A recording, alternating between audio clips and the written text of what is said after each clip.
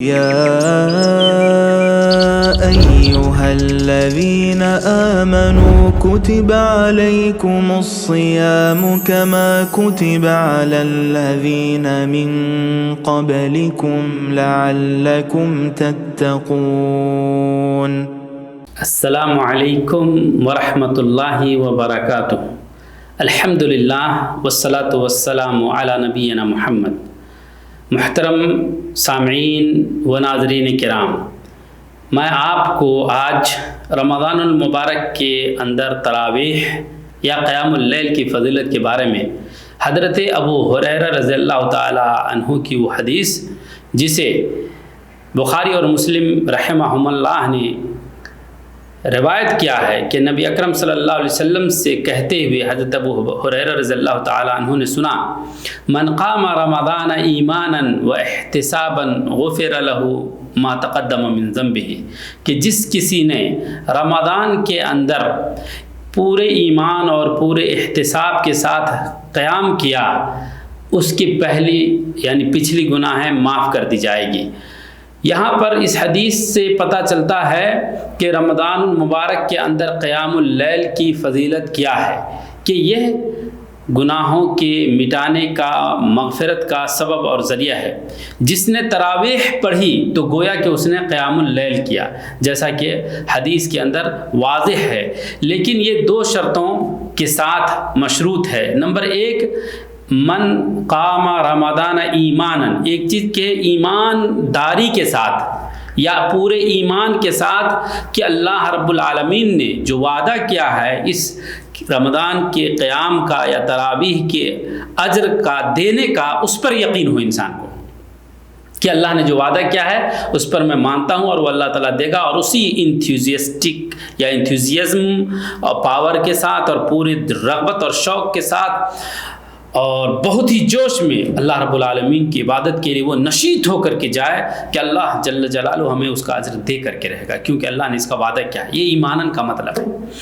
اور احتساباً کا مطلب ہے میرے بھائیوں کہ اللہ رب العالمین ثواب دے گا، اس نیت سے میں جا رہا ہوں۔ میرا حساب و کتاب یہ نہیں ہے کہ چلو لوگ دیکھیں گے کہ دیکھو فلاں صاحب ماشاءاللہ کس طریقے سے پابند ہے نماز کے اور تراویح کے، نہیں، کوئی ریاکاری نہیں ہے۔ تو ان دو شرط کے ساتھ، اور بہت بڑی شرط نہیں ہے، بہت آسان ہے، جس کا تعلق اخلاص سے اور عقیدے سے ہے کہ پورے عقیدہ ہمارا تمام ہے کہ اللہ رب العالمین ہی ہم کو اس کا بدلہ دے گا، اور میں اللہ ہی جل جلالہ کی ذات کی رضا کی خاطر میں یہ کام کرنے جا رہا ہوں۔ حضرت ابو ہریرہ رضی اللہ تعالیٰ عنہ سے جو ایک حدیث ہے جسے نبی کریم صلی اللہ علیہ وسلم کہتے ہیں کے بارے میں کہتے ہیں کہ آپ صلی اللہ علیہ وسلم لوگوں کو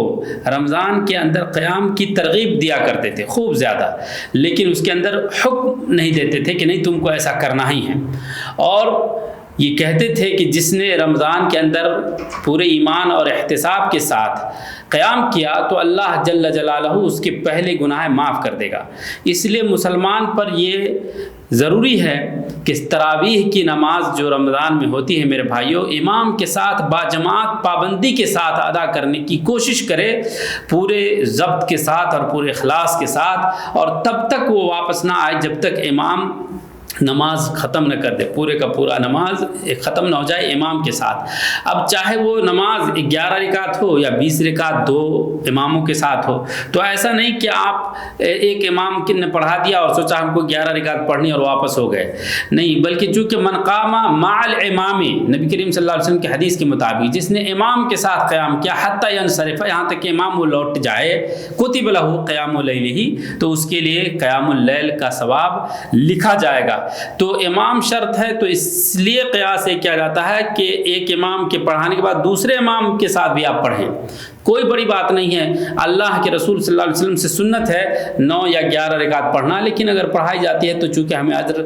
سے مطلب ہے تو امام کا بھی شرط ہے، اس لیے اس کا لحاظ کیا جائے، اور اس کو غنیمت جانے کہ یہ وقت تو چند راتوں چند دنوں کے گنتی کے مہینے کے ایک مہینہ ہے، اس میں چند دن تک ہمیں قیام کرنا ہے، تو تھوڑی سی محنت انسان کو کرنے میں کوئی حرج نہیں ہے، لیکن اللہ کے رسول صلی اللہ علیہ وسلم جو سنت آپ صلی اللہ علیہ وسلم ثابت ہے وہ 9 اور 11 ہے. اگر انسان وہی کرتا ہے، ایسی جگہ پہ ہے جہاں پر ایک ہی امام پڑھاتے ہیں تو فبہا و نعمت، اور کوئی بات نہیں ہے. اور اسی طریقے سے اگر پوری رات نماز پڑھتا رہا تو آخر میں جیسے سحر کے وقت تک اگر کوئی قیام کرتا ہے تو آخر میں وطر کرے. اور اگر کسی نے ایسا کیا کہ صرف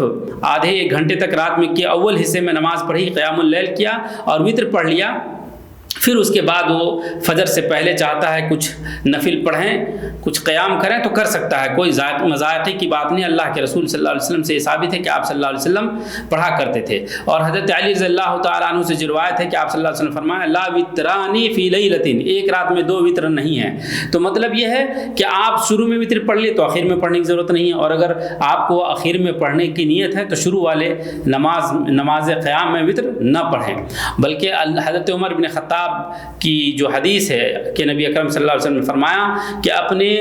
نماز کا آخری حصہ وطر والا بناؤ، ہے نا،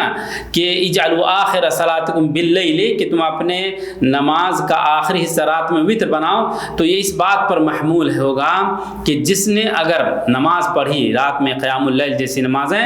تو آخر میں وہ کیا کرے، وطر پڑھے. اور اگر اس نے نہیں پڑھی آخر میں اور بعد میں پڑھنے کی اس کی نیت ہے تو کوئی حرج کی بات نہیں ہے، وہ بعد میں بھی پڑھ سکتا ہے. اللہ رب العالمین ہمیں اس کی توفیق عطا فرمائے. والسلام علیکم.